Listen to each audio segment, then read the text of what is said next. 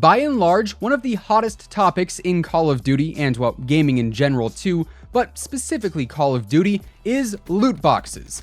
Loot boxes, supply drops, reserve cases and crates, whatever you would like to call them, have always been the epicenter of one of Call of Duty's biggest controversies ever since they were introduced into the franchise.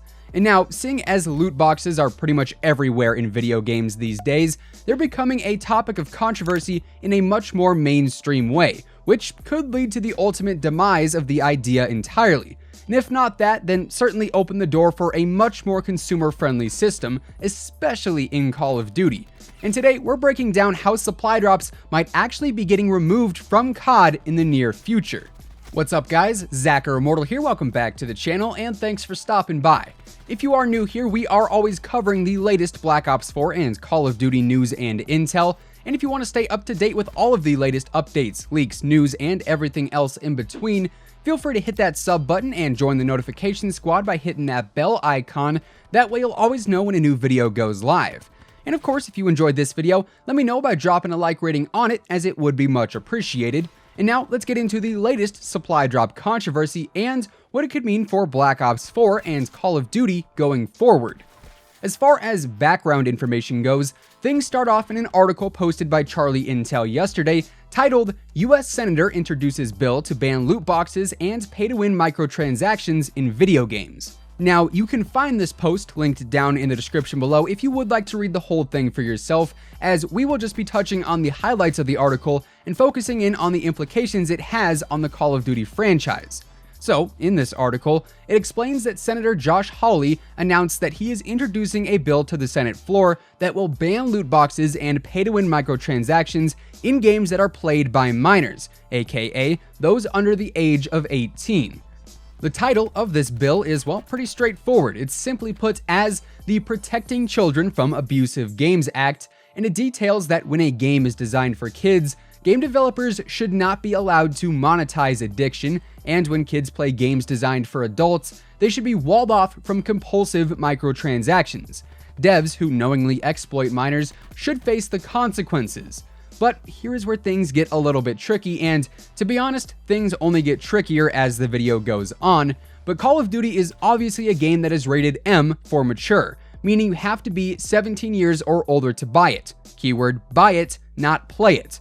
Obviously, there's not anyone out there making sure everyone who is playing Call of Duty is 17 or older. That is clearly not the case.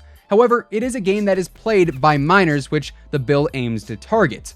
However, like I said, things get tricky because the real target of this bill or act is to eliminate pay-to-win microtransactions, which Call of Duty, in terms of pay-to-win scenarios, kind of falls into a gray area.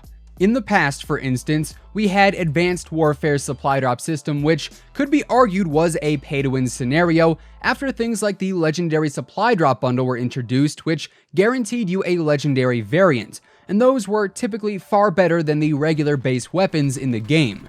Even Black Ops 4, for example, now has Signature Mark II weapons, which give you bonus XP for every single kill you earn. And while the Mark II variants don't physically eliminate enemies faster or enhance your play in any way aside from a very, very minor amount of XP, one could argue those weapons, which can only be earned out of either buying a specific special order or through earning or purchasing reserves, allow you to earn more XP and thus level up faster and unlock those weapons that might be considered to be better than others. At the same time though, you have the chance to earn those Mark II variants out of reserve cases, which you do earn through playing the game naturally. So is it pay to win? I honestly feel like I couldn't give you a definitive answer for whether or not it is. It's a very, very confusing area, and like I said, it's really just a big gray area in general. Regardless though, Activision is already on the radar, as Senator Hawley specifically referenced Candy Crush, a game that was recently acquired by Activision Blizzard. So perhaps if they end up looking into Activision in general for their addictive microtransactions, they could stumble across Call of Duty, which, as I've explained, creates a very curious situation in which there's a lot of arguments pertaining to various different perspectives and scenarios when the pay-to-win dynamic could be put into play, but also maybe it couldn't. There's a lot of technicalities here. But here is where I feel like things could also become very proactive. Even if Activision doesn't end up getting in any legal trouble with their games, the sheer fear factor alone of potentially getting into some legal drama just might be the push that the company needs in order to see that their current systems, at least in Call of Duty for the sake of this video, are not ideal for the mass player base. I mean, let's take a look at Black Ops 4 for example, which I personally think is an incredible game when it comes down to the core gameplay. But unfortunately, it is overrun by monetization and MTX, and that is the lasting impression it gives off to not only a lot of players, but also to the gaming industry and community as well. For starters, pretty much every single worthwhile item in Black Ops 4, aside from a very small amount of exceptions, is hidden behind a paywall or an extreme amount of playtime, what is honestly an unrealistic amount of playtime for the vast majority of players. The contraband tiers, for instance, are largely comprised of filler content like stickers and gestures. However, Blackjack's shop, the #1 spot in Black Ops 4 for microtransactions, is filled with great content like the Nebula reactive camo and the Ninja Spectre outfit, and also the Misty Blackout character. All obviously cosmetic items that do not affect gameplay whatsoever, but they are all high-value pieces of content tucked away behind a paywall, and there is no way to physically earn these items in-game through just playing the game. All of this content relies on your wallet and your wallet alone. Over in Reserves, you also have your fair share of decent content like the Blackout characters and Mark II variants and camos, but you also have a lot of filler content here as well. And while you can purchase reserves via reserve crates, you can also earn reserve cases in-game.